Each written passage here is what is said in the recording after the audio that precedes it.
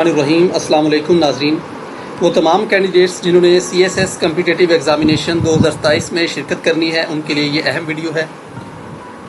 आज की इस वीडियो में अंदर मैं आप लोगों को बताऊंगा MPT जो कि लाजमी इम्तिहान है CSS एग्ज़ाम के अंदर शमूलियत के हवाले से। MCQs प्रीलिमिनरी टेस्ट है आप लोगों का। ये आप लोगों को 3 अगस्त 2026 से 20 अगस्त 2026 तक इसकी रजिस्ट्रेशन जारी है।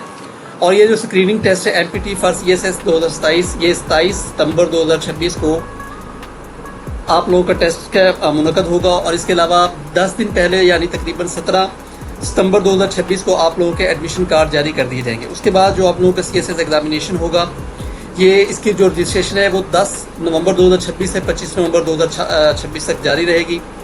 और आप लोगों की हार्ड कापी भेजने की आखिरी तारीख 4 दिसंबर 2026 होगी। और आप लोगों का जो टेस्ट स्टार्ट होगा वो 27 जनवरी 2027 से शुरू होगा।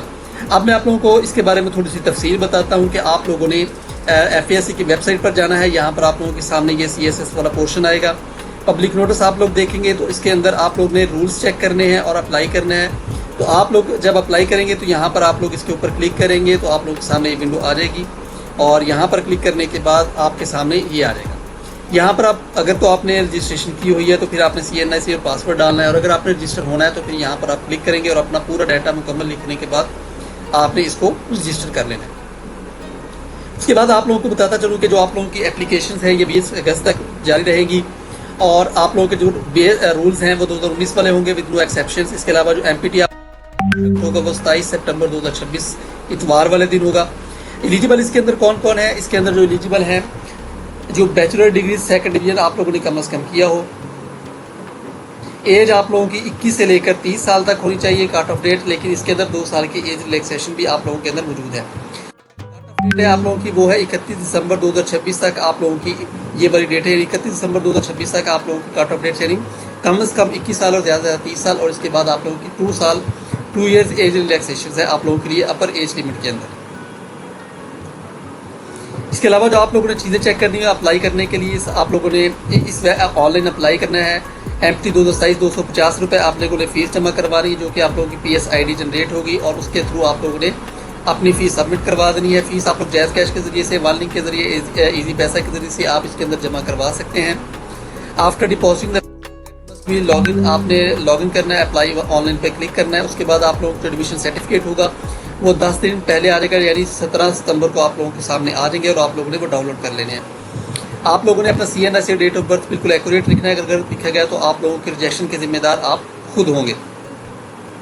इसके अलावा कुछ रूल्स आप लोगों के सामने मैं शेयर कर देता हूँ जो कि MCQs के हवाले से है। MCQs प्रीलिमिनरी टेस्ट के हवाले से वो आप लोग ज़रा नोट कर लें। वो कुछ रूल्स ये है जो कि ये आप लोगों के प्रीलिमिनरी टेस्ट MPT के हैं। ये कैंडिडेट्स के शॉर्ट लिस्टेड कैंडिडेट को एग्जामिनेशन के लिए बुलाया जाएगा। इसके अंदर 200 क्वेश्चन होंगे और उसके जो सिलेबस है वो आप लोगों को मैं अभी बताता हूँ कि कौन कौन से होंगे।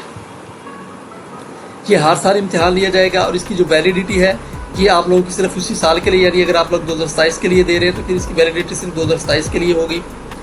क्वालिफाइंग थ्रेशोल्ड इसके जो 33% मार्क्स आप लोगों के लेना ज़रूरी हैं। 200 में से आप लोगों के 33% नंबर लाजमी होने चाहिए। और इसकी MPT के अंदर अपीयर होने की कोई भी आप लोगों की लिमिट्स नहीं, जितनी दफ़ा मर्जी आप इसके अंदर अपीयर हो सकते हैं। इसके अलावा आप लोगों को हार्ड कॉपी की डॉक्यूमेंट्स नहीं भेजनी जबकि जब आपने CSS एग्ज़ाम के लिए एप्लीकेशन देनी है तो उसके लिए आपको हार्ड कॉपी भेजने की ज़रूरत होती है। जो ओरिजिनल स्लिप होती है वो आपने सुपरवाइजरी स्टाफ को देनी है। जो ओरिजिनल आपने फीस जमा करवाई है उसकी जो स्लिप है आप लोगों ने उनको देनी है। जो रिज़ल्ट होगा प्रीलिमिनरी टेस्ट का ये वेबसाइट के ऊपर जारी कर दिया जाएगा और किसी को भी ये अलहदा किसी को भी इसका रिज़ल्ट नहीं दिया जाएगा बल्कि आप लोगों को कुछ दिनों के अंदर अंदर इसका रिज़ल्ट आप लोगों के सामने आ जाएगा। इसके अलावा आप लोगों की any wrong admit statement given in the online application आप लोगों से रिजेक्ट भी किया जा सकता है। तो ये चीज़ आप लोगों ने नोट कर लेनी है।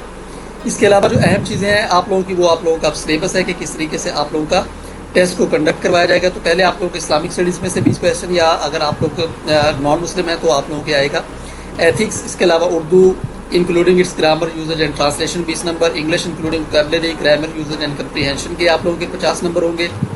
60 नंबर का आपका जनरल लायबिलिटीज़ बेसिक अरिथमेटिक्स जो मैट्रिक लेवल की इसके अलावा ज्योमेट्री मैट्रिक लेवल की, लॉजिकल प्रॉब्लम मैट्रिक लेवल के, ये आप लोगों के 60 नंबर।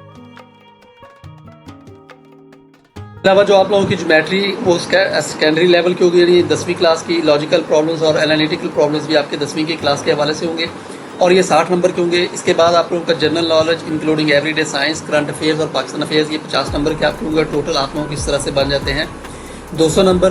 तो इस तरीकाकार से ये आप लोगों का सिलेबस भी इसी के अंदर दिया हुआ है। इसके अलावा अगर आप लोगों का कोई क्वेश्चन हो तो आप कमेंट सेक्शन के जरिए से पूछ सकते हैं। मेरे इस चैनल के ऊपर आप लोग CSS 2027 के हवाले से मुकम्मल टेस्ट और टेस्ट की सीरीज़ आप लोगों को इसी के अंदर मिल जाएगी, खासतौर पर MPT के हवाले से। तो आप लोग मेरे इस चैनल को लाजमी तौर पर सब्सक्राइब कीजिएगा, इस इन्फॉर्मेशन को दूसरों तक शेयर कीजिएगा। Thank you so much, thank you for watching, best of luck, अल्लाह हाफिज़।